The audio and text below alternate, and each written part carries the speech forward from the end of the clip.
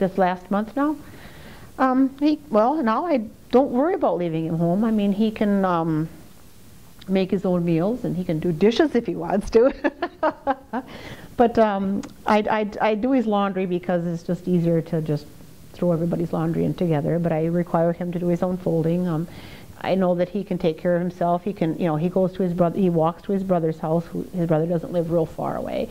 I don't worry about him getting lost or getting hit by cars or things like that, like you would worry with a younger child. But he's much more independent in that regard now.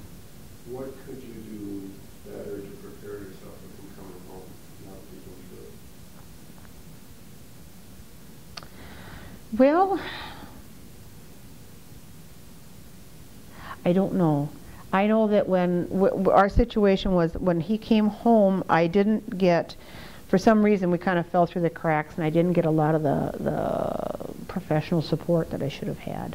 I think that that is something that parents, of course, aren't going to think about, but facilities and places like that need to, I think, be very aware of that that the parents need the support, because it's frustrating. You often wonder if you made the right choices in bringing them home. You have to worry about I think anger with yourself, not their anger, but your own anger.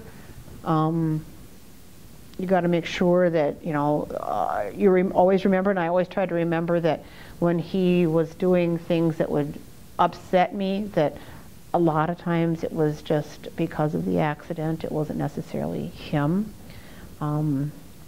He was always a difficult child growing up, but it was just his personality. He was very strong that way.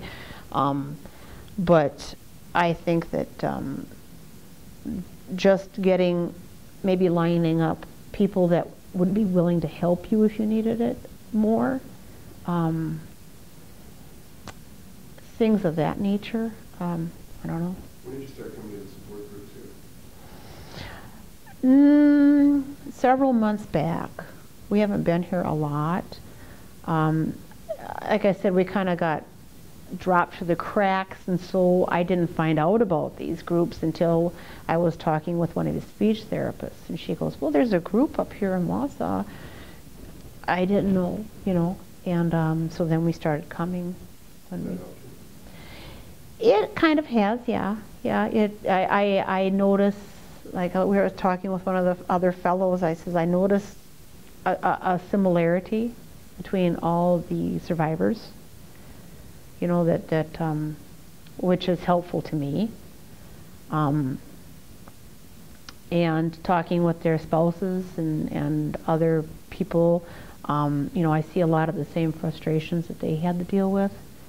So that kind of makes me feel a little better in that, maybe I didn't do anything wrong, or I didn't make any bad choices, or, all the things I second-guessed myself on. I think we're okay. You feel like it's been a miracle that he's doing as well as he is based on where he was? Definitely. Nothing short. Well, of course he survived.